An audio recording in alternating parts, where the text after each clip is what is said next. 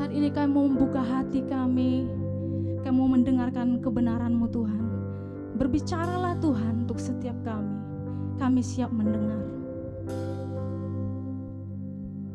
Yesus sukacitaku,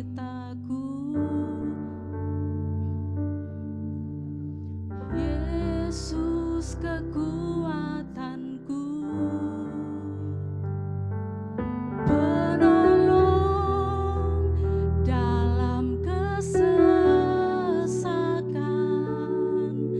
Kau sangat terbukti. Katakan Yesus, Yesus sukacitaku,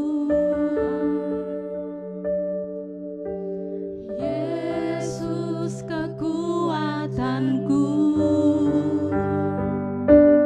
penolong dalam kesesakan, Kau sangat terbukti.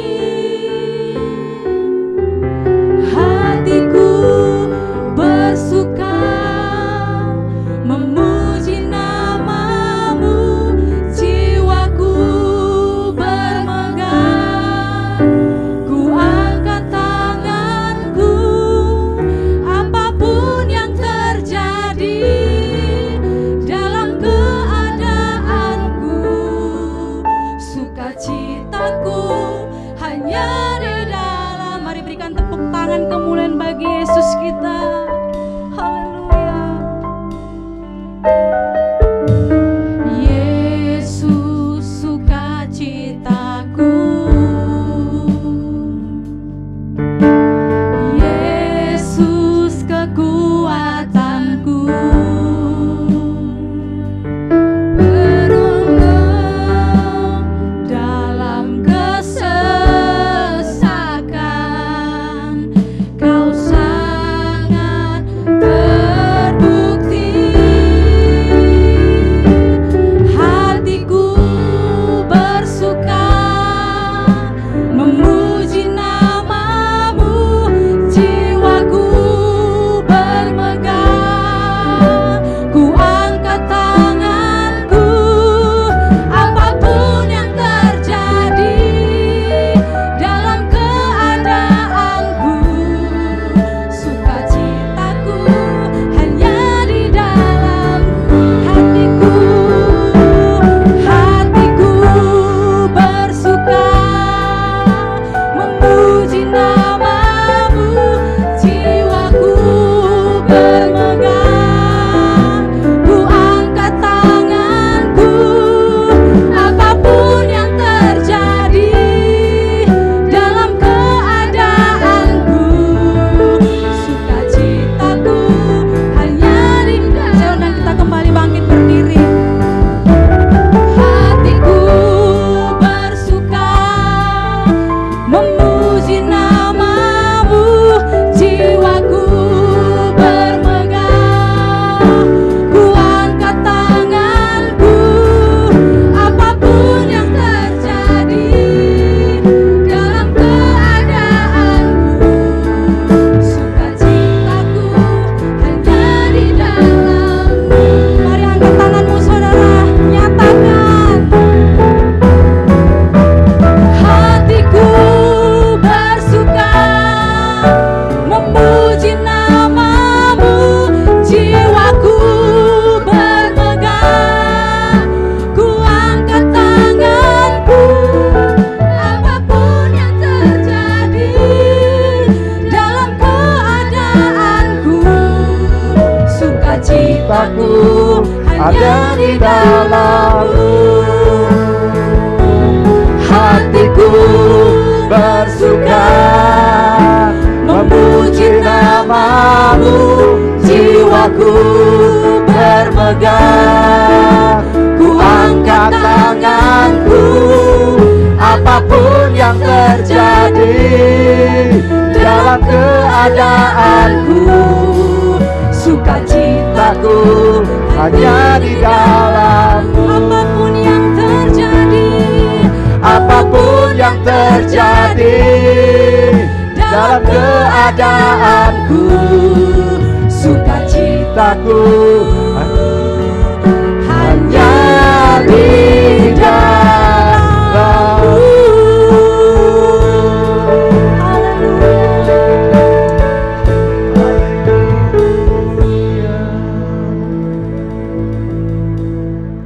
Apapun yang terjadi dalam hidup kami bersyukur kami memiliki Engkau yang tidak pernah meninggalkan kami.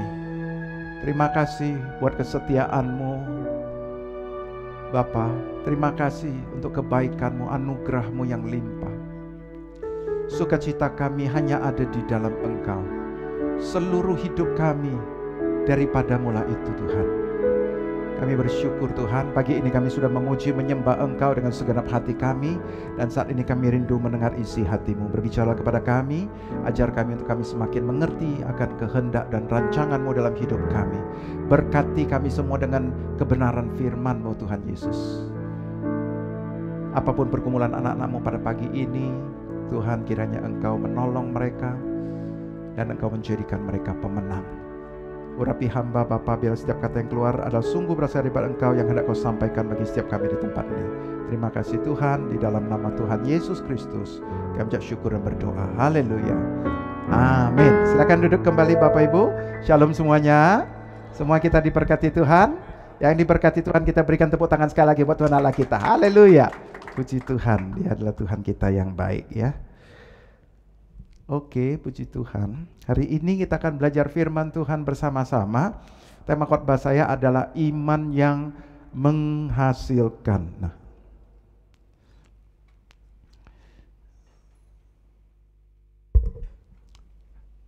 iman yang menghasilkan. Kalau kita berbicara tentang berhubungan dengan Tuhan, kalau kita mau berhubungan dengan Tuhan, maka syarat mutlaknya itu adalah iman. Sebab tanpa iman tidak mungkin orang berkenan kepada Tuhan ya. Ibrani 11 ayat 6 katakan tanpa iman tidak mungkin berkenan kepada Allah. Firman Tuhan ini menjelaskan bahwa tidak mungkin, gak ada kesempatan sama sekali. Kalau kita tidak ada iman, maka tidak ada chance-nya sedikit pun. Sedikit kesempatan pun tidak ada untuk kita bisa berkenan kepada Tuhan. Jadi kalau kita mau berhubungan dengan Tuhan, harus ada iman, ya. Dan kemudian untuk menerima segala sesuatu dari Tuhan, itu juga harus dengan iman. Kita tidak mungkin menerima apapun dari Tuhan, kalau tidak dengan iman. Bahkan kita tidak bisa berhubungan, berkenan kepada Dia kalau enggak dengan iman. Dan untuk menerima segala sesuatu kita perlu iman. Coba kita baca dalam Ibrani ayat 2. Kita Ibrani ayat 2. Bisa ditampilin enggak? Bisa ya? Oke. Kita telah menerima Injil sama seperti mereka juga. Tetapi firman yang didengar itu tidak berguna bagi mereka karena tidak dicampuri dengan iman oleh mereka yang mendengarnya. Perhatikan baik-baik, dikatakan kita telah menerima Injil, sama mereka juga terima Injil, tetapi firman yang didengar itu tidak berguna bagi mereka. Nah ini sama-sama saya salah ya? Oh IMB, maafkan saya. Coba kita tampil sekali lagi yang ini. Karena kepada kita diberitakan juga kabar kesukaan sama seperti kepada mereka, tetapi firman pemberitaan itu tidak berguna bagi mereka karena tidak bertumbuh bersama-sama oleh iman dengan mereka yang mendengar. Jadi dikatakan kita dengar Injil, mereka juga dengar Injil, Injil yang sama, firman yang sama, tetapi bagi mereka nggak berguna. Firman itu, firman yang sama, tidak ada manfaatnya bagi mereka. Karena apa? Karena tidak didasari dengan dengan iman. Mereka tidak menerima iman itu dan kemudian menerima firman dan menggunakan iman mereka untuk memahami dan menerima itu. Ya enggak? Jadi tanpa firman itu hanya kata-kata yang kosong. Tanpa iman ya. Tanpa iman firman itu kata-kata kosong. Kita bisa baca firman, kita bisa dengar khotbah yang sama di gereja yang sama pada jam yang sama. Kita bisa mendengar firman yang sama, ya enggak? Tetapi sebagian orang itu mengalami firman tersebut terjadi di dalam hidup mereka. Sebagian apa ini ya? Sebagian mengalami firman itu tersebut, sebagian lagi sama sekali tidak mengalami. Ya enggak? Kenapa bisa seperti itu? Karena kita dengar firman, kalau tidak menggunakan iman kita untuk menerima firman itu, maka kita tidak memperoleh apapun manfaat daripada firman itu. Nah, bagaimana kita memiliki iman yang menghasilkan? Ya, hari ini kita akan belajar bersama-sama. Yang pertama adalah mendengarkan. Bersama saya katakan mendengarkan. Roma 10 ayat 17 katakan, jadi iman timbul dari pendengaran, dan pendengaran oleh firman Kristus. Nah, dalam bahasa Inggrisnya gitu ya, atau bahasa aslinya gitu, dikatakan iman timbul dari pendengaran, dan pendengaran oleh rema Kristus. Nah, ini jelas. Apa itu pendengaran oleh rema Kristus? Jadi kita perlu mengerti firman itu, ketika firman itu tertulis, seperti firman tertulis di dalam Alkitab kita, atau firman tertulis di dalam Alkitab kita gitu ya, dalam iPhone kita, itu yang tertulis. Firman Tuhan yang tertulis itu namanya logos. Ini firman Tuhan yang tertulis.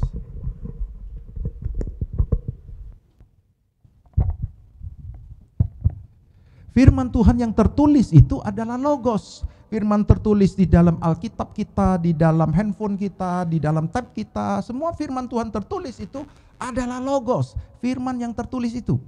Tetapi firman tertulis itu belum ada manfaat bagi kita. Jadi kalau ada orang dia bawa Alkitab gitu ya, mau ke kamar mandi karena takut setan, dia bawa Alkitab, dia pikir dengan firman Tuhan yang dalam Alkitab ini bisa mengusir setan, itu betul-betul konyol. Tak ada guna, ya enggak?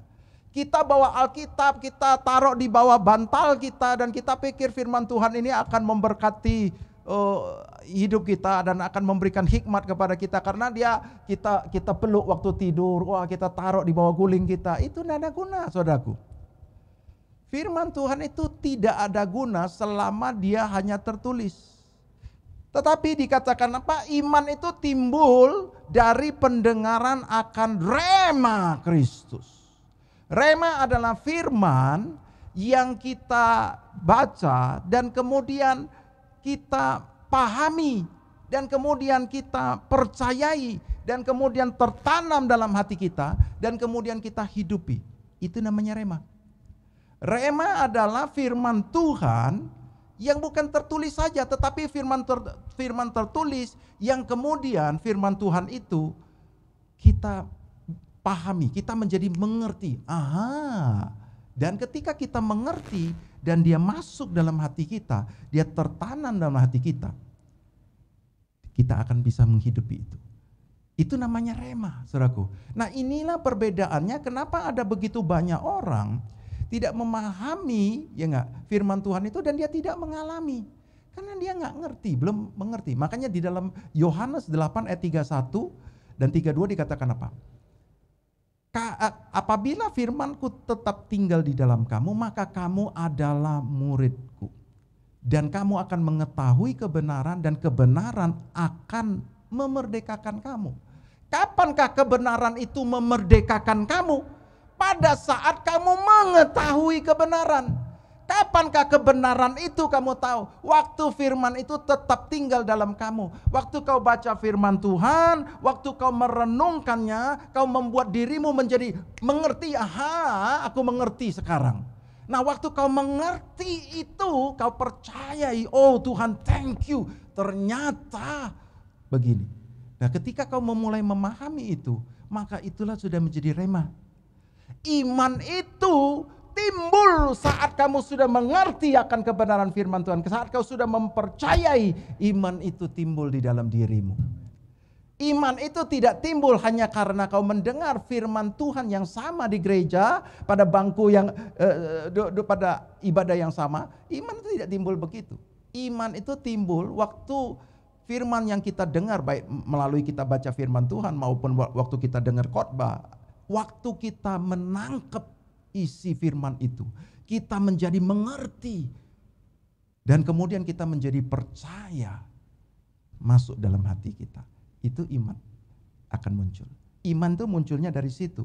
Jadi kalau hanya kita memiliki ayat firman Tuhan, tapi belum tertanam, belum kita percaya, belum.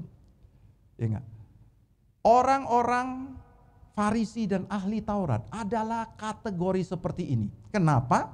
Karena Yesus berkata begini, ahli-ahli Taurat, orang-orang Farisi dan ahli Taurat telah menduduki kursi Musa. Turutilah apa yang diajarkan mereka, tetapi jangan turuti kelakuan mereka, sebab mereka mengajarkan tetapi mereka tidak melakukannya.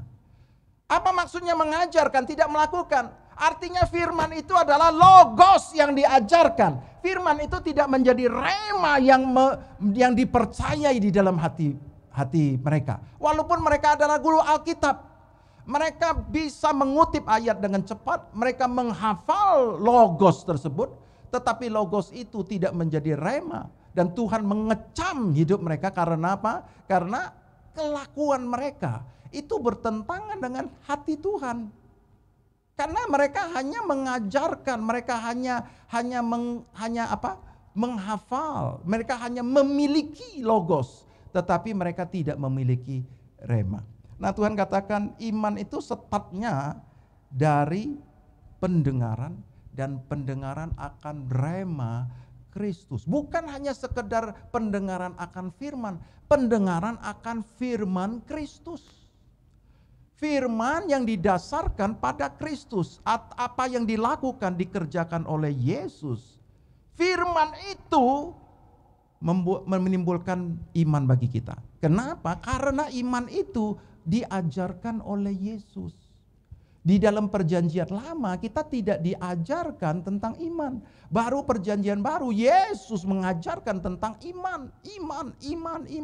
Sehingga di dalam perjanjian baru kita akan sering mendengarkan Yesus dikatakan, "Ibu, imanmu sudah menyelamatkan kamu. Iman sebesar ini tidak pernah aku jumpai di Israel." Iman. Yesus itu mengajarkan iman, dan dia mau kita fokus kepada iman. Karena apa tadi? Tanpa iman tidak mungkin kamu berkenan kepada Tuhan dan menerima apapun dari Tuhan. Kita tidak mungkin mendapatkan sesuatu dari Tuhan. Sehingga janji itu menjadi janji kosong. Firman Tuhan yang menuliskan janji hanya menjadi logos saja yang tidak bisa kita terima karena kita belum menjadikan itu menjadi rema bagi kita. Amin, saudaraku.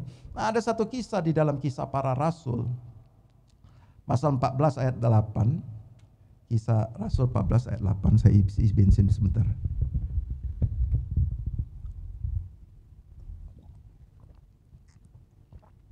Kisah 14 ayat 8.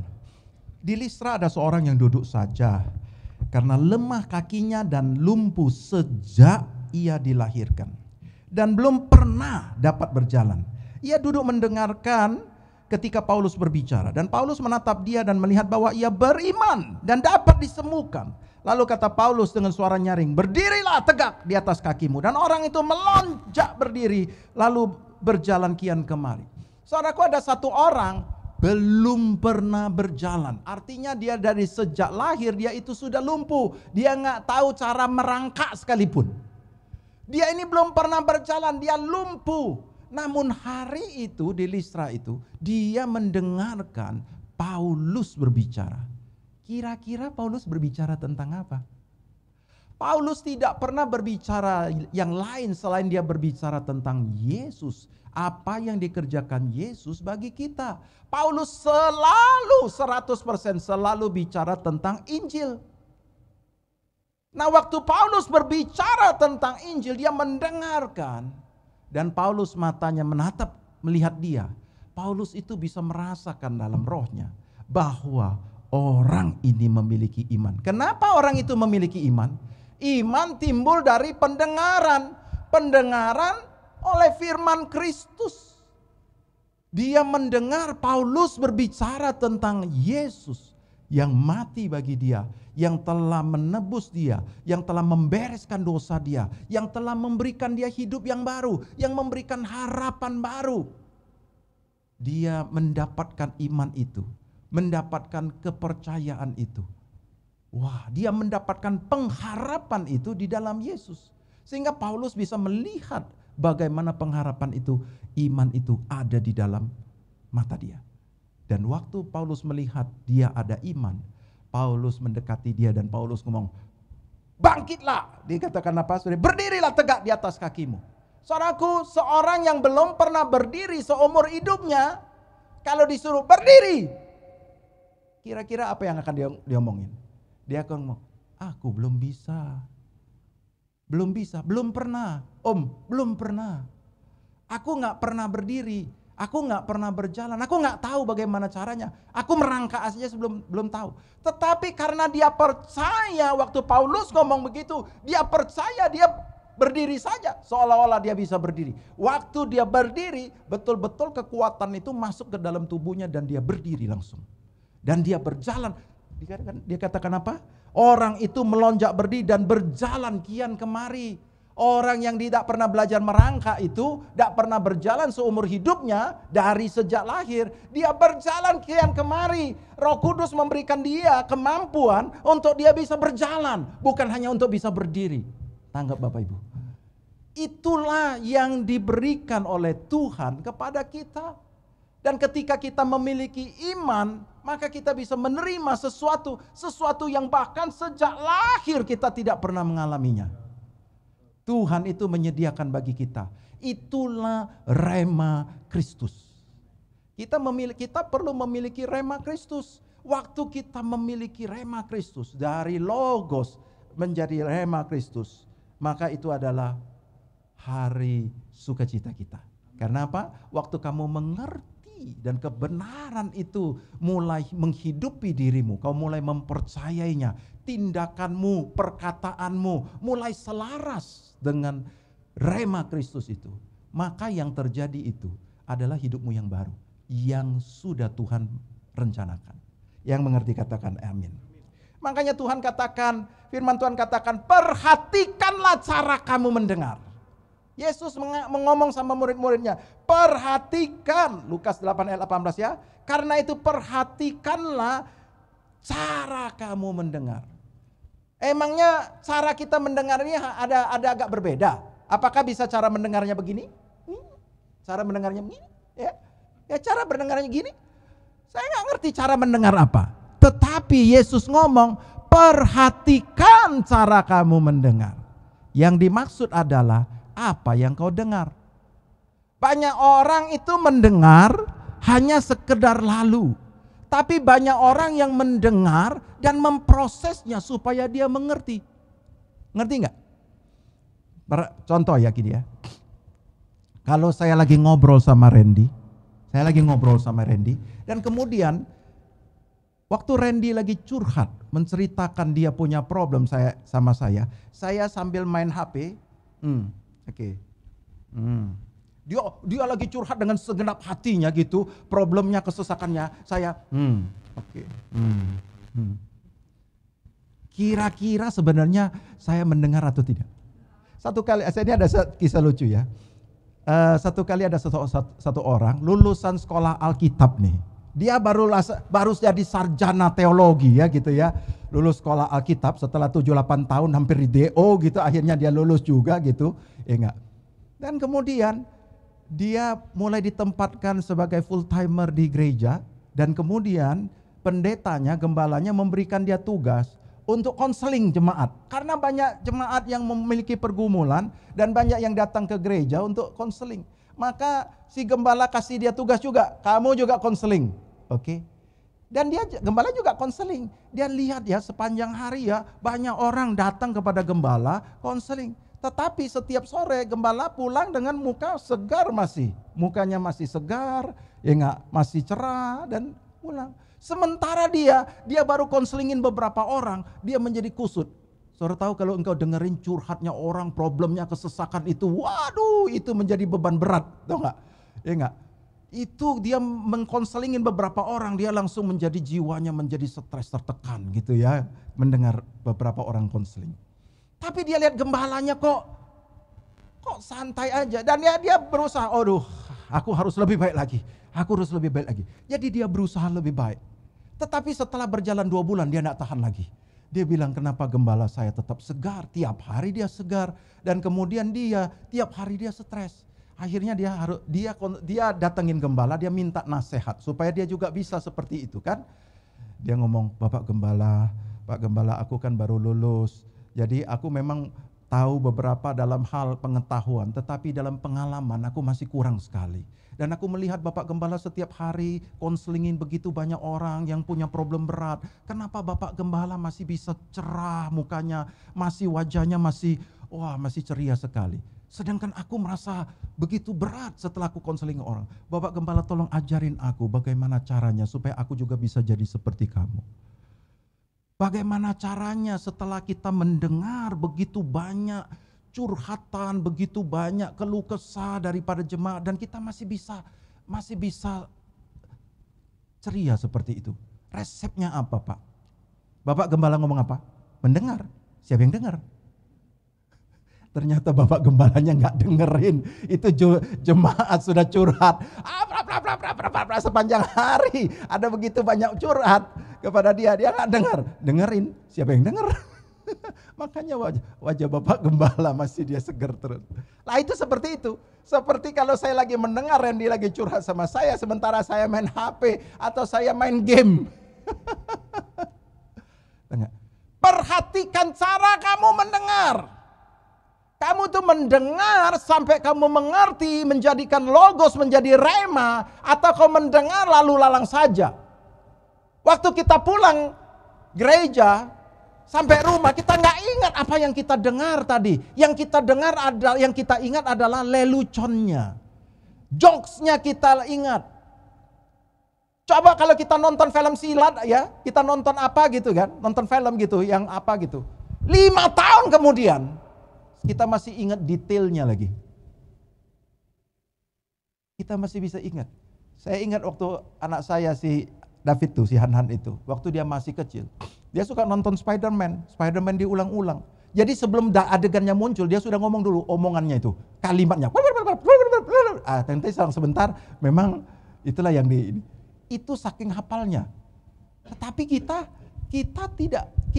seringkali tidak ngerti cara mendengar yang baik. Kita skip hal yang penting yang bisa memberi buah, yang bisa memberkati kita. Itu tidak terlalu penting bagi kita skip. Kita bahkan main handphone, kita main game gitu, dan kita skip. Yang penting, yang tidak penting punya, kita ingat. Waduh itu. Makanya Tuhan mau mengajar kita untuk perhatikan cara kamu mendengar. Dalam tiap hari ini, setiap hari dalam kehidupan kita ini mendengar banyak. Tapi bandingkan berapa banyak yang kita dengar. Kita mendengar firman Tuhan lebih banyak, kita mendengar rema Kristus lebih banyak, atau kita mendengar hal-hal yang lain lebih banyak. Kita mendengar dari berita, kita mendengar omongan-omongan orang yang membuat kita frustasi, yang membuat kita khawatir, yang membuat kita takut, membuat kita depresi, membuat kita marah. Kita sering mendengar begitu banyak sepanjang hari, kita dengarin. Aku mau kasih tahu, iman memang timbul dari pendengaran dan pendengaran oleh firman Kristus. Tetapi ketakutan, kekhawatiran, kebimbangan, kemarahan, depresi, segala macam juga timbul dari pendengaran. Waktu kita mendengar semua sampah-sampah itu, maka itulah yang akan memenuhi hidup kita. Dan itulah yang akan muncul di dalam hidup kita. Karena apa? Karena kita memenuhinya dengan sampah. Kita memenuhi dengan kekhawatiran, dengan ketakutan, dengan perkataan-perkataan orang yang tidak berdasar pada firman Tuhan, dengan ramal, dengan berita, dengan laporan apapun. Saudaraku, memang dunia ini dikuasai oleh si jahat. Memang keadaan dunia ini tidak ada yang baik, tidak ada yang baik. Namun kalau kita terus menyerap berita-berita, kita terus mendengar kata-kata negatif, kita terus mendengar hal-hal yang bertentangan dengan rema Kristus, saya mau kasih tahu, maka itulah yang akan terjadi. Iman itu hanya timbul dari rema Kristus. Sama seperti ketika kita pergi ke gereja, gereja tidak memberitakan rema Kristus. Gereja memberitakan hal-hal yang lain yang bukan rema Kristus. Apakah iman akan timbul? No. Firman Tuhan menjelaskan kepada kita, iman itu timbul dari rema Kristus. Ketika kita mendengar khotbah yang isinya bukan Kristus, tetapi isinya tentang motivasi-motivasi, khotbah tentang isinya perbuatan baik atau apa. Saya tidak berkata bahwa perbuatan baik itu tidak penting. Perbuatan baik penting karena kita adalah anak Allah, kita perlu menjadi sama seperti Bapa yang baik, Bapa yang murah hati. Namun bukan firman Tuhan itu yang membangkitkan iman kita, tapi firman Tuhan, rema Kristus tentang Injil lah yang bisa membangkitkan iman di dalam diri kita. Oke, jadi kita perhatikan cara kamu mendengar. Kalau kamu ngumpulnya sama orang-orang, ngumpulnya pergaulan yang buruk merusak kebiasaan yang baik. Kalau kau ngumpulnya sama orang-orang yang tiap hari berkeluh kesah, tiap hari ngomel-ngomel, tiap hari ngumpat-ngumpat, tiap hari ngomongannya yang negatif semua. Saya mau kasih tahu, iman tidak mungkin akan muncul pada dirimu. Karena apa? Karena kamu memenuhi perbendaharaan hatimu dengan sampah. Amin. Iman itu hanya ada di perjanjian baru, diajarkan oleh Yesus. Makanya di dalam Ibrani 12 ayat 2 dikatakan apa? Looking unto Jesus, memandang kepada Yesus yang menjadi pencipta dan penyempurna akan firman kita, ya enggak? Di looking unto Jesus, the author and finisher of our faith. Dia adalah penciptanya dan dia yang menjadi penyempurnanya iman kita.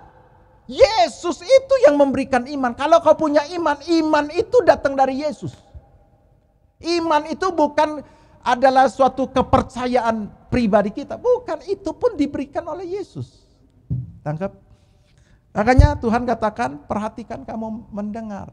Dengar yang baik. Masukkan rema Kristus itu di dalam dirimu. Itu adalah langkah pertama supaya kita bisa memiliki iman yang menghasilkan. Yang kedua adalah isi bensin. Tunggu dulu.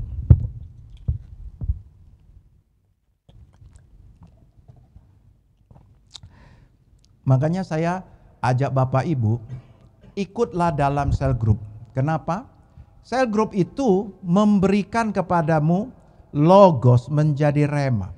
Di dalam cell group itu kita belajar bersama-sama bagaimana logos ini menjadi rema. Sehingga rema itu ditangkap oleh dirimu. Ketika kau memiliki rema, Tuhan katakan kau memiliki kebenaran-kebenaran itu akan memerdekakan kamu.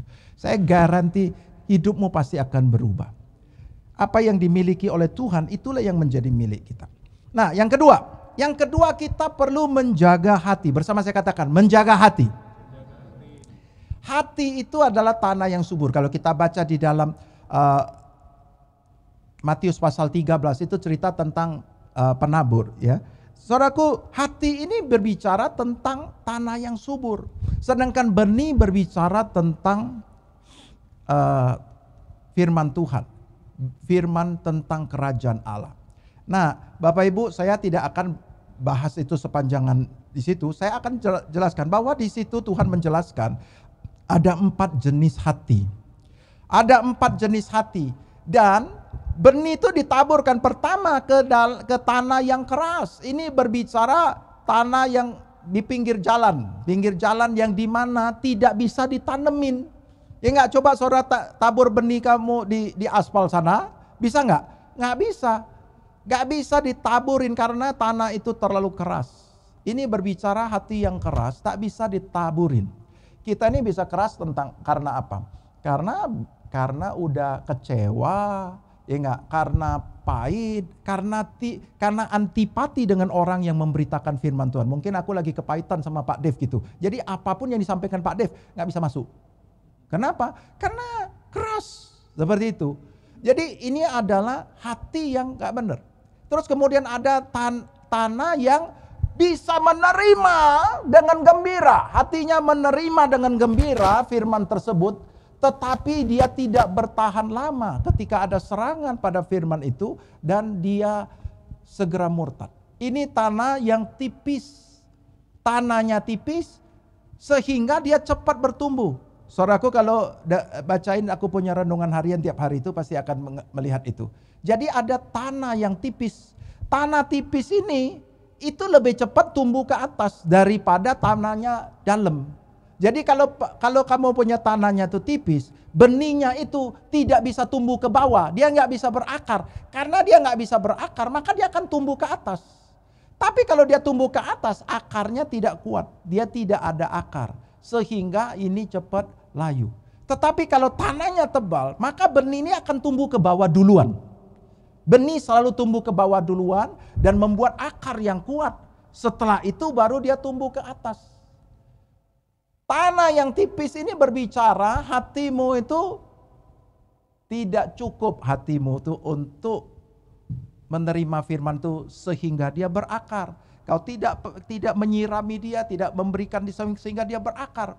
Itulah sebabnya Tuhan ajar kita untuk merenungkan siang dan malam. Firman Tuhan itu perlu kita dengar. Setelah masuk kita renungkan siang dan malam sampai dia menjadi rema. Sampai dia jadi rema. Makanya kalau ada banyak orang dengar firman Tuhan. Tapi berapa banyak orang yang merenungkan itu sampai dia mengerti, menjadi rema, dia percayai dan itu mengubah hidupnya. Berapa banyak? Saya ajak kita lihat di dalam Matius pasal, tolong tampilkan aja. Matius 13 ayat 19.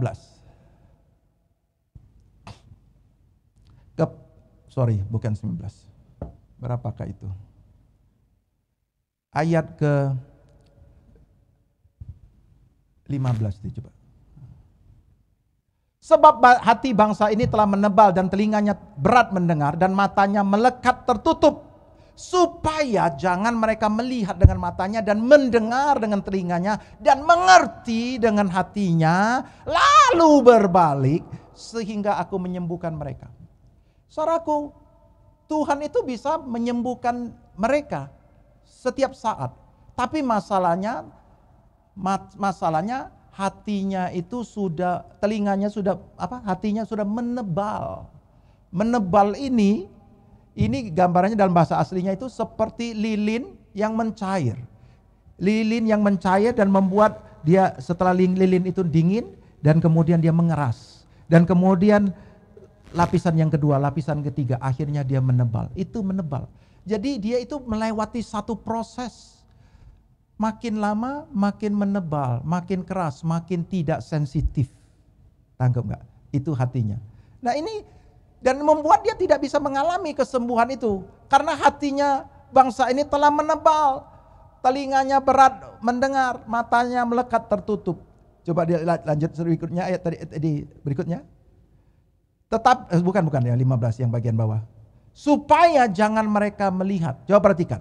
Kalau mereka bisa melihat, mendengar dengan telinga dan mengerti dengan hatinya, itu akan membuat tindakan mereka berbeda.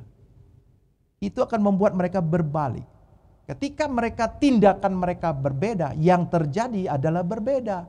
Tuhan menyembuhkan. Amin saudaraku. Tapi sampai kepada mereka belum mengerti, ketika mereka belum mengerti dan membuat tindakannya berbalik, tidak ada kesembuhan. Makanya saya bilang, apapun yang dari Tuhan itu harus diterima dengan iman. Iman akan firman Kristus. Waktu firman itu kita sudah mengerti, itu akan mengubah tindakan kita. Mengubah cara kita berkata-kata. Mengubah cara kita berdoa. Mengubah pola pikir kita. Itu tindakan kita berubah. Dengan demikian kita akan menerima apa yang menjadi milik Kristus, apa yang menjadi milik kerajaan, kesembuhanlah, mukjizatlah, kasih karunialah, perkataan yang berkuasa, semua yang bagi orang umum itu adalah aneh-aneh, saudaraku. Bagi kita itu tidak aneh, karena itu adalah milik Tuhan yang diberikan kepada kita. Amin. Nah, kita perlu mengerti bahwa yang bertumbuh itu adalah benihnya, firman-Nya yang bertumbuh, firman-Nya yang memberi buah. Betul nggak? Tapi hati kita ini adalah tempat untuk dia bertumbuh. Nah, waktu hati kita ini dikatakan, waktu hatinya nggak benar kondisinya, hatinya keras, hatinya tanahnya tipis, hatinya ada semak belukar, hatinya banyak sampah-sampah, onak duri semua. Itu dia mungkin bisa bertumbuh tetapi tidak bisa berbuah. Tidak bisa berbuah. Yang bisa berbuah adalah ketika tanahnya dalam keadaan bersih. Tidak ada onak, tidak ada duri, tidak ada semak belukar. Tidak ada tanahnya subur, tanahnya gembur, tanahnya bisa ditanemin. Tanahnya bisa membuat dia berakar. Maka dia akan bertumbuh menghasilkan 30, 60, 100 kali lipat. Saudaraku, yang menjadi problem adalah apanya? Tanahnya. Kita harus menjaga hati kita. Firman adalah sama bagi kita setiap orang. Sama, firman yang sama untuk Randy, untuk Pak Niko, untuk siapa saja. Firmannya sama. Firman yang bertumbuh akan menghasilkan 100 kali lipat. Tetapi kondisi hati itu yang menentukan dia berbuah atau tidak. Pekerjaan kita adalah menjaga hati. Nah, Bapak Ibu, seringkali kita ini menjadi frustasi, tertekan, merasa rendah diri, tidak percaya diri, dan kita merasa tertuduh. Kenapa? Karena kita merasa kita tidak berbuah. Saya tidak berbuah. Saya kecewa dengan diriku sendiri. Kenapalah aku tidak berbuah? Ya gak? Dia kecewa kepada dirinya karena dia merasa dia tidak bisa berbuah. Dengarkan baik-baik. Yang berbuah itu firman, bukan tanah. Tanggap gak? Yang berbuah itu bukan kita. Yang berbuah itu adalah firman yang di dalam diri kita. Waktu firman itu tinggal dalam diri kita, waktu kau bisa menjaga hatimu dengan baik, maka firman itu akan berbuah sesuai dengan apa yang dia ucapkan, apa yang menjadi janji tersembunyi. Jadi kita jangan pikirkan tentang diri kita yang tidak berpotensi berbuah, atau diri kita yang tidak cukup layak, atau diri kita yang tidak memenuhi kondisi, sekolahnya mungkin tidak cukup ini, nggak punya modal, nggak punya koneksi, nggak punya ini, saya yang sakit-sakit. Saya mau kasih tahu, semua kebenaran firman Tuhan itu akan terjadi dalam diri kita. Yang membuat itu terjadi, itu bukan kita. Tetapi kita menjaga hati kita untuk bisa menjadi tempat firman itu bertumbuh dan menghasilkan. Yang mengerti katakan amin. Saudaraku, jangan tertekan dengan keadaan kita yang tidak menghasilkan. Kalau kita belum menghasilkan, yang perlu kita cek adalah ceklah hati kita. Apakah saya ini sedang hidup dengan sampah yang sedang bertumbuh di dalam diriku? Apakah semak belukar begitu banyak sehingga firman itu tidak menghasilkan buatku? Apakah aku hidup dalam ketakutan? Aku hidup dalam kepahitan? Aku hidup dengan dendam? Aku hidup dengan banyak kekecewaan? Apakah aku hidup dengan perkataan-perkataan negatif? Kekhawatiran, kebimbangan segala macam. Kalau itu ada di dalam hatimu, babatlah itu, bersihkan itu. Babat semaknya, buang semaknya. Firman itu akan bertumbuh secara otomatis. Bukan kita yang bertumbuh. Firman itu membuat dirimu mengalami semua yang tertulis dalam firman itu. Yang mengerti katakan amin. Maka jagalah kita hati kita. Setiap hari bagaimana kita menjaga? Kita isi setiap hari dengan rema. Isi, baca logos itu, baca terus, renungkan, baca, renungkan. Kalau kita kadang-kadang kita nggak punya pemahaman yang begitu kuat ya. Mungkin kita, aku nggak sekolah teologi Pak, aku orang baru percaya Pak gitu. No problem. Kamu mendengar khotbah-khotbah yang membahas tentang rema Kristus, itu oke. Misalkan khotbah saya bagus, kok ada orang muji khotbah sendiri. Maksudnya adalah dengarkan rema Kristus. Jadi kalau kita baca logos, kita masih belum paham, tidak apa-apa. Kita dengarkan pemahaman orang yang sudah mengerti. Oke? Waktu kita mendengarkan, maka itu akan membuat kita memiliki rema tersebut. Semakin banyak rema ada di dalam diri kita, itu semakin banyak itu buahnya. Karena waktu kita terus menanam itu buahnya pasti akan semakin keluar. Itu yang pertama. Yang kedua, kita merenungkan siang dan malam, ya enggak? Yang ketiga, babat habis, singkirkan sampah-sampah. Kalau ada semak belukar yang membuat dia tidak bisa berbuah, kita singkirkan. Selalu secara berkala mengoreksi apakah ada sampah-sampah mulai bertumbuh di dalam diriku. Misalkan kepahitan, misalkan kekecewaan, kemarahan, misalkan frustasi, ketakutan. Apakah ketakutan mulai bertumbuh karena masalah kita yang kita hadapi ini? Ada yang membuat kita takut. Takut karena sakit kita, takut karena keuangan kita, takut apa yang ini? Kalau ada sampah-sampah, kita babat habis. Jangan biarkan sampah itu bertumbuh di dalam diri kita. Maka rema akan bertumbuh dan menghasilkan buah. Itu yang kedua ya. Yang pertama apa? Perhatikan cara kamu dengar. Dengar yang baik. Dengarlah hal yang baik, yaitu rema Tuhan. Yang kedua adalah jaga hati kita. Ya enggak? Karena hati itu adalah tempat tinggalnya rema tersebut. Yang ketiga, wujudkan iman kita dengan perkataan. Kita baca di dalam Matius pasal 12 ayat 3-4. Perkataan itu mencerminkan apa diri kita ini ya, hati kita ya. Hai kamu keturunan ular beludak, bagaimanakah kamu dapat mengucapkan hal-hal yang baik, sedangkan kamu sendiri jahat?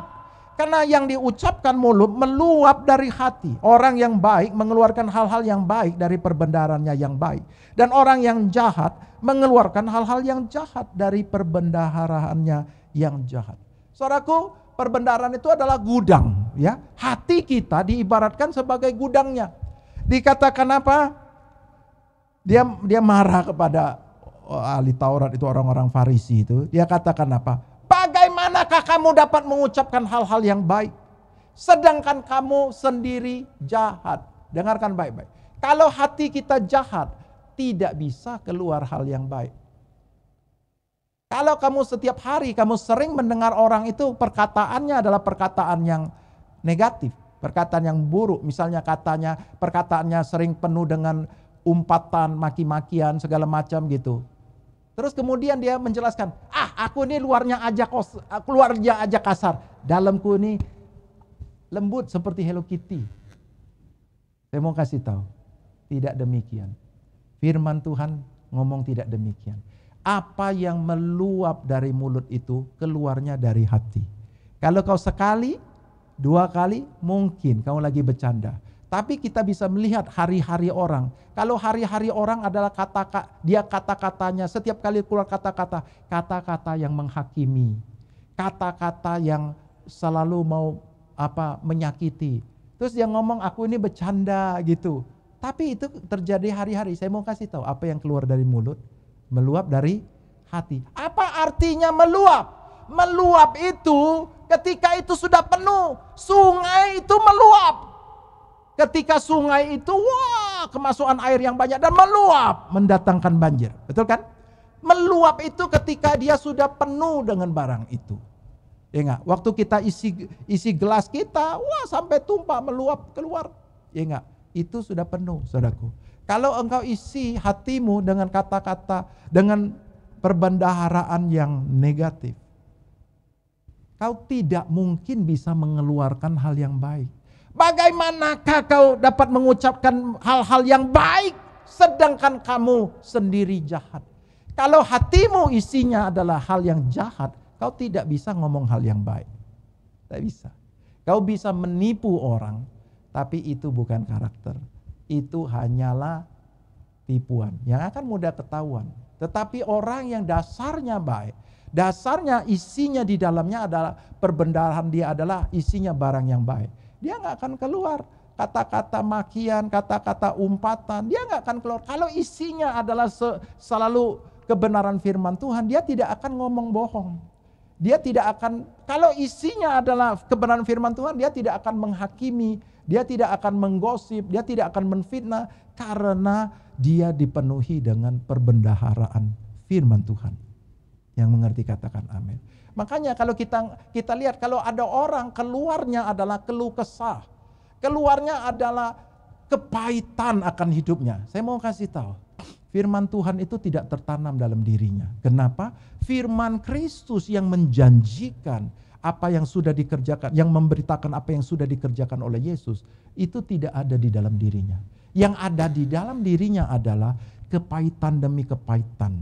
Ingat, kekecewaan, semua kesesakan yang itu dia dipenuhi dengan itu, dia tidak dipenuhi dengan firman. Jadi kita perlu mengerti, orang yang baik itu mengeluarkan hal-hal yang baik dari perbendaharaannya yang baik. Dan orang yang jahat mengeluarkan hal-hal yang jahat dari perbendaharaannya yang jahat. Saudaraku, orang yang memiliki perbendaharaan yang baik akan mengeluarkan hal yang baik. Karena isinya cuma ada itu. Tapi kalau orang yang jahat, ya enggak, isinya barang-barang rusak semua. Yang keluarnya adalah barang-barang rusak. Seperti itu. Lah bagaimana engkau bisa mengeluarkan kata-kata iman, kata-kata firman kalau kau tidak punya? Kita cuma bisa mengeluarkannya kalau kita mempunyainya. Betul nggak? Tapi kalau kita nggak punya, apa yang mau dikeluarkan? Kalau kita nggak pernah baca firman Tuhan, kita nggak suka akan membahas firman Tuhan untuk membuat kita mengerti dari logos jadi rema. Apa yang mau kita keluarkan? Kalau engkau mengeluarkan logos, engkau sedang mengeluarkan mantra. Pernah nggak kita baca, pernah nggak kita ngomong, kita dengar orang ngomong, dalam nama Yesus, dalam nama Yesus. Itu mantra, saudaraku. Bukan dalam nama Yesus dia mengerti apa artinya. Tetapi dia tidak mengerti. Dan dia cuma mengucapkan dalam nama Yesus, dalam nama Yesus. Ya enggak? Nah, itu mantra. Banyak orang itu berdoa, mereka memperkatakan sesuatu, itu adalah lata, ngikut-ngikut orang saja dan tidak mengerti. Itu adalah logos dan mantra, saudaraku. Tapi Tuhan mau ajar kepada kita, waktu kau memiliki iman timbul dari rema. Jadi rema itu harus tersimpan dalam perbendaharaan hatimu. Nah, waktu kamu memiliki perbendaharaan, gudangmu menyimpan rema yang sudah kau pahami itu, dan waktu kau menghadapi masalah, kau melepaskan rema itu. Kau melepaskannya dengan iman percayamu karena kau memang percaya rema itu. Dan itu tersimpan. Waktu aku perkatakan, no, aku ini orang sehat. Aku menolak semua sakit penyakit. Dan apa yang terjadi? Karena itu adalah rema yang kau lepaskan dengan imanmu. Iman itu mencipta. Karena kau mencipta bukan dengan perkataanmu yang tanpa dasar. Kau mencipta dengan rema. Oke? Tak waktu kau ngomong dengan logos. Ya enggak? Oleh bilu-bilu Yesus aku sembuh. Oleh bilu-bilu Yesus aku sembuh. Ya ngerti. Kenapa oleh bilu-bilu Yesus dia sembuh? Nah, waktu kau tidak mengerti menjadi rema. Contoh, oleh bilu-bilu Yesus aku sudah sembuh. Banyak orang, maaf, orang Kristen bahkan tidak tahu bilur-bilur itu apa sih? Ada yang tahu? Bilur-bilur itu adalah luka. Oleh luka-luka Yesus aku sudah sembuh. Kenapa luka-luka bisa menyembuhkan saya? Apakah luka-luka berhubungan? No. Maksudnya oleh luka-luka inilah menunjukkan bahwa dia sudah tanggung dosaku dan hukumannya. Luka-luka ini adalah hukuman, cambukan, sobekan itu adalah hukuman yang dia tanggung buat saya. Menggantikan saya. Sehingga saya tidak lagi perlu dihukum. Karena hukuman itu sudah dijalani oleh itu. Oleh bilur-bilur, oleh luka-luka itu, aku tidak lagi mengalami hukuman. Tanggap gak? Nggak ada lagi kutuk buat aku. Karena kutuk itu sudah ditanggung. Itulah luka-luka itu. Bilur-bilur itu sudah menunjukkan. Dia sudah tanggungnya. Dan aku sudah menjadi sembuh. Karena tidak ada lagi penghukuman buat aku. Karena sudah ditanggung oleh dia. Kalau sudah ditanggung oleh dia dan saya harus tanggung lagi, itu tidak fair. Tuhan tidak fair kepada Yesus. Tanggung nggak? Karena sudah ditanggung oleh dia, saya tidak akan menanggung lagi. Kalau iblis menimpakan saya sakit penyakit, saya akan tolak. Kenapa? Kalau tadi iblis menimpakan saya sakit penyakit, dia ambil dari Taurat. Kalau kita berdosa, ada kutuknya. Dan salah satu bagian daripada kutuk adalah sakit penyakit. Dan dia timpakan kepada kita. Karena dia legal melakukannya. Tapi sekarang setelah aku dibebaskan dari dosa dan dari semua hukuman, dia tidak boleh melakukan. Waktu dia melakukannya itu namanya illegal. Itu tidak sah dan aku boleh menolak dia. Iblis menyingkir. Aku tidak ada dosa. Semua dosaku sudah tanggung Yesus. Aku menolak semua sakit penyakit. Dan kita ngomong sama sakit penyakit. Nah, Tuhan ajarkan kepada kita bahwa perkataan kita ini mencerminkan hati kita. Kalau hati kita dipenuhi dengan rema yang kita mengerti, dan apa yang kita katakan ini, itu mencerminkan apa isi hatimu. Apa isi hatimu? Di dalam Ulangan pasal 3, coba tampilkan. Waktu kita mengalami masalah, Tuhan itu pengen lihat apa yang ada di dalam hatimu. Apakah engkau keluarnya dengan keluh kesah, engkau keluarnya adalah kepahitan. Ayub itu mengeluarkan kepahitan dia, keluh kesah dia, komplain terhadap Tuhan. Dia ngomong, aku ini benar, aku tidak melakukan kesalahan. Tuhan tidak adil dengan aku, Tuhan meninggalkan aku. Dia menuduh seolah-olah Tuhan itu berbuat curang, sementara dia tidak berdosa. Dia tidak bersalah. Tuhan tidak adil. Dia komplain. Ya enggak? Itu yang ada di dalam hati dia. Ya enggak? Nggak bisa keluar. Ulangan 8 ayat 3.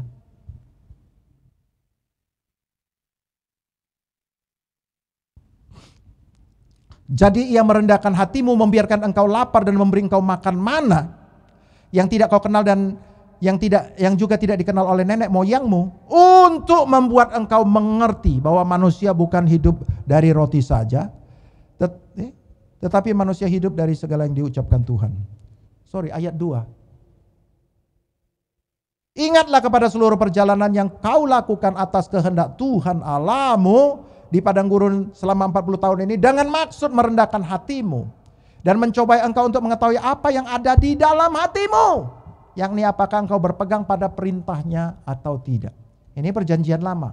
Tapi di perjanjian lama juga hal yang sama. Tuhan itu melihat apa yang ada di dalam perbendaharaan hatimu. Apakah itu adalah firman Tuhan atau bukan. Seperti itu ya. Nah, hari ini Tuhan juga mau melihat apa yang dalam hati. Kalau dalam hati kita isinya rema, maka perkataanmu itu akan penuh dengan rema yang powerful. Nah, iman itu dengan perkataan itu satu set, satu kesatuan. Ingat di dalam Roma 10 ayat ke-10.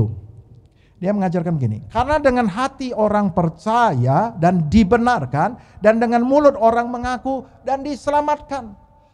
Kita percaya saja tidak cukup, tapi kita percaya itu sudah membuat kita dibenarkan. Jadi waktu kita mendengar logos, kita belum percaya, itu masih logos. Tapi logos itu membuat sampai terjadi menjadi rema dan membuat kita percaya. Maka itu sudah berubah, itu sudah berbeda. Ya enggak? Dikatakan dengan hati kau percaya dan dibenarkan. Itu adalah titik kamu dibenarkan. Waktu kau percaya kebenaran firman Tuhan, maka kamu dibenarkan. Kapankah kamu dibenarkan? Bukan waktu kau dengar firman Tuhan. No. Waktu logos itu menjadi rema yang kau percaya dengan hatimu, kamu dibenarkan oleh Tuhan. Nah, ini sudah setengah kebenaran nih, sudah perjalanannya sudah separuh. Ya enggak? Kuasanya udah berjalan separuh. Dan kemudian kamu ucapkan. Dengan mulut orang mengaku dan diselamatkan. Oke? Jadi kita sudah percaya, kita harus ucapkan dengan mulut kita, maka kamu diselamatkan. Ingat. Nah, demikian juga cara kerja firman Tuhan. 2 Korintus 4 ayat 13. Namun karena kami memiliki roh iman yang sama, seperti ada tertulis, aku percaya, sebab itu aku berkata-kata. Maka kami juga percaya, sebab itu kami juga berkata-kata. Waktu kau percaya, kamu harus perkatakan. Karena itu adalah satu set.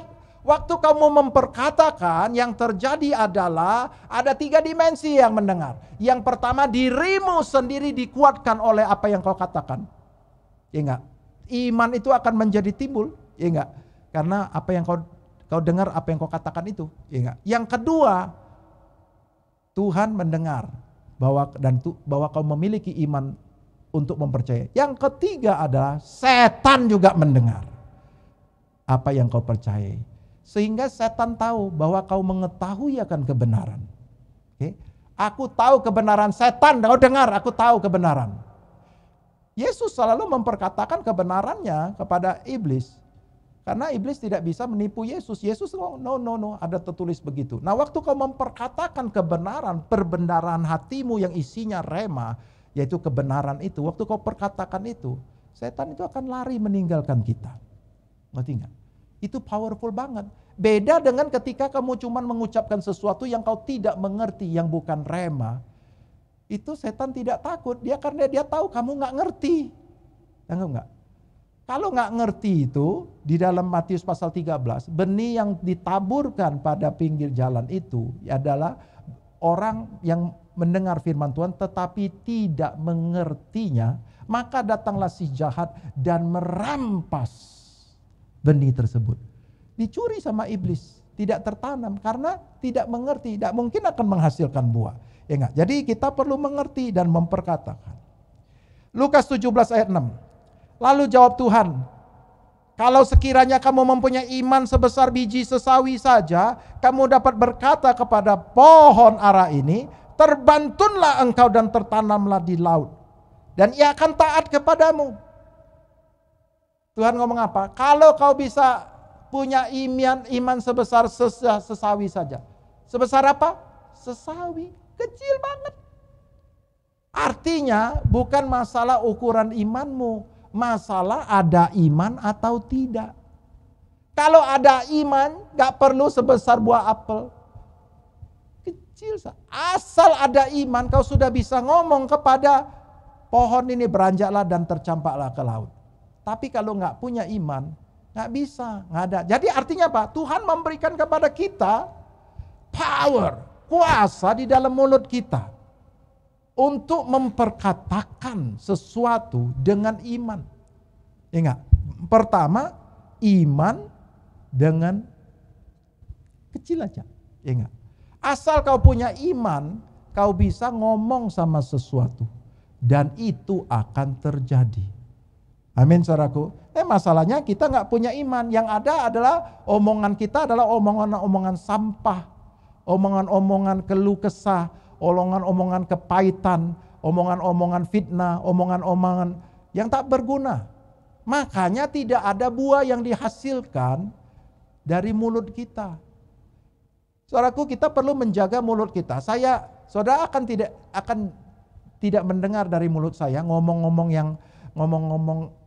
umpatan-umpatan, fitnah-fitnah, segala macam gosip. Saya nggak suka, saudaraku. Karena saya itu mau menjaga mulut saya itu, kalau berdoa itu powerful. Kalau saya ngomong itu powerful. Yakobus mengajarkan kepada kita di dalam Yakobus 3 ayat ke-9. Coba kita buka Yakobus 3 ayat ke-9. Dengan lidah kita memuji Tuhan Bapa kita, dan dengan lidah kita mengutuk manusia yang diciptakan menurut rupa Allah. Dari mulut yang satu keluar berkat dan kutuk. Hal ini saudara-saudaraku tidak boleh demikian terjadi. Lanjut lagi. Adakah sumber memancarkan air tawar dan air pahit dari mata air yang sama? Saudara-saudaraku, adakah pohon ara dapat menghasilkan buah zaitun dan adakah pokok anggur dapat menghasilkan buah ara? Demikian juga mata air asin tidak dapat mengeluarkan air tawar. Saudaraku, dengarkan baik-baik. Tuhan ngomong, firman Tuhan katakan, Yakobus ya, dengan mulut yang satu itu tidak bisa keluar berkat dan kutuk. Tidak bisa terjadi. Kemudian dia kalimat berikutnya, adakah sumber? Saudaraku, mulut ini adalah sumber. Sumber ini cuma menghasilkan satu. Dan dia gambarkan lagi, adakah pohon ara menghasilkan yang lain? Tidak bisa. Itu adalah sumber. Dari dalam dirinya dia mengeluarkan ara tersebut. Jadi kau nggak bisa ngomong ke pohon apel, aku bosan dengan apel, keluar jeruk dong, jeruk. Nggak bisa, karena dia sumbernya adalah seperti itu. Yang bisa campur-campur itu pasti bukan sumber. Itu adalah Indomaret. Indomaret campur, semua ada di situ, tapi dia tidak pernah produksi, dia tidak menghasilkan. Kalau dia menghasilkan dari dirinya sendiri, itu dia tidak pernah campur. Oke? Makanya kita harus mengkhususkan mulut kita ini sumber bukan. Kalau mulut kita sumber, seleksi. Dari dalam perbendaharaan hati yang baik akan keluar kata-kata yang baik yang merupakan sumber berkat, katanya Yakobus. Amin saudaraku. Mulut kita adalah sumber berkat. Ketika kita jaga mulut kita jaga hati kita untuk tidak menerima sampah. Ketika kita jaga mulut kita hanya mengeluarkan kata-kata yang baik, saudaraku. Dan apa yang terjadi? Kata-kata kita itu memberkati. Waktu kita memperkatakan berkat atas rumah tangga kita, atas usaha kita, atas kesehatan kita, itu yang terjadi. Karena apa? Ini adalah sumber berkat. Dan melepaskan benih firman Tuhan yang baik, yang berkuasa dari hati yang baik, yang tidak ada semak belukar, yang bersih. Saudaraku. Kemudian Matius 21 ayat 21. Ya, Yesus menjawab mereka, aku berkata kepadamu, sesungguhnya jika kamu berkata, kamu percaya dan tidak bimbang, kamu bukan saja akan dapat berbuat apa yang kuperbuat dengan pohon ara itu, tetapi jikalau kamu berkata kepada gunung ini, beranjak dan tercampaklah ke dalam laut, hal itu akan terjadi. Satu kali murid-muridnya melihat Yesus mengutuk pohon ara, dan besoknya pohon ara itu menjadi layu. Murid-muridnya ngomong sama Yesus, Yesus kau lihat itu pohon ara itu, dia sudah layu.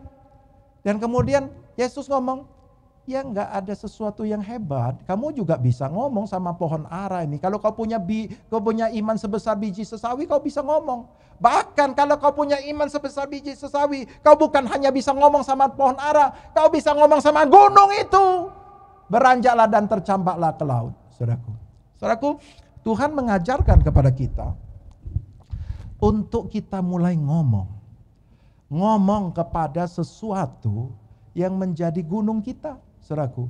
Tuhan memberikan power itu kepada kita kalau kau memiliki iman sebesar biji sesawi saja.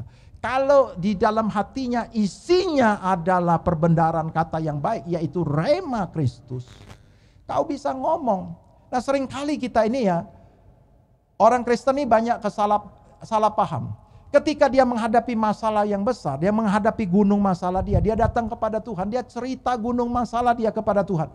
Tuhan, engkau lihat masalahku Tuhan, utangku begitu banyak Tuhan. Kau lihatlah Tuhan, aku penghasilanku gak ada Tuhan, aku gak tahu lagi. Dia cerita masalah lagi. Belum lagi anakku begini Tuhan, belum lagi suamiku itu, aduh Tuhan. Saudaraku, jadi dia ceritakan masalah dia bergunung-gunung itu kepada Tuhan. Dan dia minta Tuhan tolong. No, bukan demikian cara kerjanya. Tuhan ngomong apa? Kau ngomong sama gunung itu, beranjaklah dan tercampaklah. Seringkali kita ini bukan ngomong sama masalah kita, tapi kita ngomong sama Tuhan tentang masalah kita. Tuhan ngomong, kau jangan ngomong tentang masalahmu. Aku tahu masalahmu, aku sudah tahu. Tapi aku sudah kasih kuasa ke dalam mulutmu. Kau ngomong jangan usah sama aku, kau ngomong sama masalah itu, pergi. Asal tidak bimbang hatimu, tapi kau percaya. Nah, tidak bimbang dan percaya itu terletak pada bagaimana kamu menerima rema. Iman timbul dari rema. Waktu rema itu terus kau renungkan, kau hidupi, kau percayai, itu akan membuat percaya. Percayanya seperti kau percaya 2 kali 2 adalah 4. Ada orang ngomong, no, kamu salah. 2 kali 2 adalah 5. Kau jangan bohong aku. Aku ngerti dengan jelas 2 kali 2, 4. Sepercaya itu. Yang tidak bisa digoyahkan. Ya enggak? Kalau aku ngomong 3 log 2 adalah 7. Oh, misalkan apa itu log pula gitu ya. Integral dari kalau saya ngomong yang berat-berat, saudara, pokoknya kau terima saja. Amin. Aku mengerti. Aku tidak mengerti. Ya enggak? Aku terima bulat-bulat, tapi aku tidak mengerti. Datanglah seorang yang lain, dia ngomong sama, no, bukan begitu. Begini loh. enggak. Dan dia mengajarkan jawabannya lain. Nah kita karena kita tidak mengerti, kita menjadi bingung. Dan waktu kita bingung, itulah gambaran dari kebimbangan kita. Tidak percaya. Bukan tidak percaya, aku berusaha percaya, tapi aku tidak mengerti. Tanggap nggak? Ya, makanya dikatakan kalau kau mengerti sampai kau tidak tergoyahkan, ya nggak? Kau tidak bimbang hatimu tetapi percaya sepenuhnya, maka hal itu akan terjadi padamu. Yani ketika kita mendengar bahwa oleh bilur-bilur Yesus kamu sudah sembuh. Satu sisi kita percaya, satu sisi dapat pengajaran lagi. No, bukan begitu. Yang dimaksud itu adalah bukan penyakit tubuhmu, tetapi penyakit dalam hal rohani. Coba bayangkan. Dan kemudian kita menjadi bingung. Nah waktu kita jadi bingung, kita nggak bisa menerima. Karena apa? Karena ada kebimbangan dalam hati kita. Makanya hati-hati perhatikan caramu mendengar. Waktu kita suka mendengar ajaran-ajaran TikTok yang tidak mendasar punya, yang nggak ngerti dari mana begini itu, kita akan tersesat. Serius. Makanya kita harus mengerti, kalau belajar firman Tuhan harus berdasarkan firman Tuhan, bukan berdasarkan pendapat-pendapat.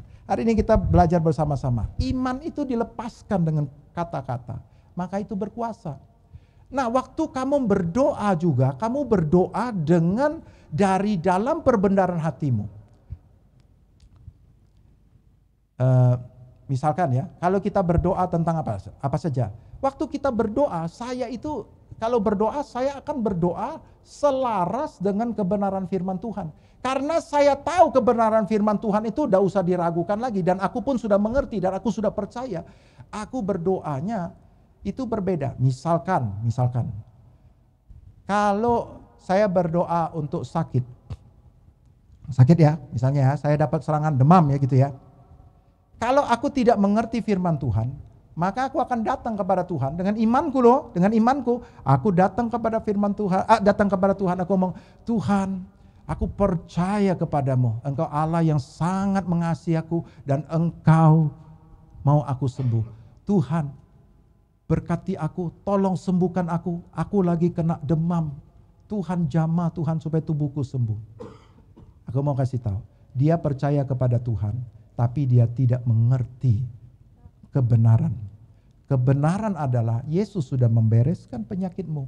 Nah waktu aku memahami kebenaran ini, aku berdoa juga. Waktu aku dapat serangan dari Tuhan, dari iblis gitu mengenai sakit penyakit, aku datang kepada Tuhan. Aku berdoa juga, tapi aku tidak berdoa, Tuhan sembuhkan aku dari penyakit. No, karena aku tahu bahwa Tuhan sudah sembuhkan. Jadi aku ngomong apa? Tuhan, aku bersyukur bahwa Yesus sudah menanggung semua penyakitku, semua hukumanku. Terima kasih Tuhan, iblis sedang menyerang aku, tapi aku tahu aku itu ciptaan baru, aku sehat.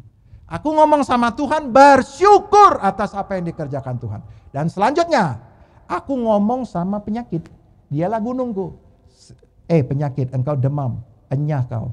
Aku ini ciptaan baru, aku ini sehat, aku menolak semua ini. Kau tidak berhak. Setan lepaskan tanganmu, kau tidak berhak atas tubuhku. Aku orang merdeka, aku tidak di bawah kuasamu, kuasa kerajaanmu. Aku ini warga kerajaan Allah. Enyah. Saya selalu mempraktekkan ini berpuluh-puluh kali. Ketika saya mengalami gangguan serangan dalam penyakit, saya selalu mempraktekkan itu. Dan saya selalu mengalami kesembuhan. Karena apa? Karena saya bergerak berdasarkan kebenaran rema yang tersimpan di dalam perbendaharaan hatiku. Amin saudaraku. Ini bukan hanya masalah kesehatan, tetapi juga masalah keuangan kita. Masalah apapun yang kita sedang hadapi, kita harus mengerti apa yang sudah Yesus kerjakan. Ya kan? Makanya saya ajak kita, himbau kita, datang ikut kul. Kita akan belajar bersama, kalian boleh bertanya dengan bebas sampai kita betul-betul sampai kita ngeh, dan kemudian setiap hari kita menjalani hidup kita dengan perbendaharaan rema di dalam hati kita. Waktu kita di dalam rumah lagi bengong, daripada nonton drakor, daripada yang lain gitu, saya lebih suka untuk merenung firman Tuhan. Dan kita akan melihat, kita akan mendengar banyak kesaksian dari si ini, dari si itu, sebenarnya banyak kesaksian. Mereka mengalami apa yang sudah Tuhan sediakan. Karena apa? Karena Dia memiliki itu di dalam hatinya. Ingat, ketika kita memilikinya, kita akan diberi sampai berkelimpahan. Matius 13 ayat ke 12. Coba tampilkan. Karena ayat 11 dulu, ayat 11. Jawab Yesus, kepadamu diberi karunia untuk mengetahui rahasia kerajaan sorga, tetapi kepada mereka tidak. Karena siapa yang mempunyai, kepadanya akan diberi. Mempunyai apa? Mempunyai rahasia kerajaan sorga, kepadanya akan diberi sehingga ia berkelimpahan. Tetapi siapa yang tidak mempunyai apa? Rahasia kerajaan sorga, apapun juga yang ada padanya akan diambil daripadanya. Saudaraku, kalau kita mempunyai rema itu, yaitu rahasia kerajaan sorga, saudara akan diberi sampai berkelimpahan. Bukan karena engkau begitu menggemaskan, no. Karena kau memiliki rema itu, kau memiliki rahasia kerajaan sorga, Tuhan memberkati kamu sampai kelimpahan. Tapi kalau kau tidak mempunyai, kau tidak akan menerima. Ingat baik-baik, kau tidak pernah menerima apapun dari Tuhan kalau kau tidak punya iman terhadap kebenaran firman Tuhan. Tidak mungkin. Tidak mungkin. Sebab Tuhan sudah menulis, tidak mungkin tanpa iman, tidak mungkin orang berkenan kepada Tuhan. Kalau kau punya firman Tuhan yang sama, tapi tidak berguna bagi mereka. Kenapa? Karena tidak mencampurinya dengan iman. Tidak menghidupinya dengan iman. Amin. Mari kita berdiri. Kita bangkit berdiri, kita mau berdoa. Saya berdoa setiap kita, mulai dari hari ini, hidup dalam iman yang powerful dan menghasilkan. Mari kita tundukkan kepala kita. Tak berkesudahan.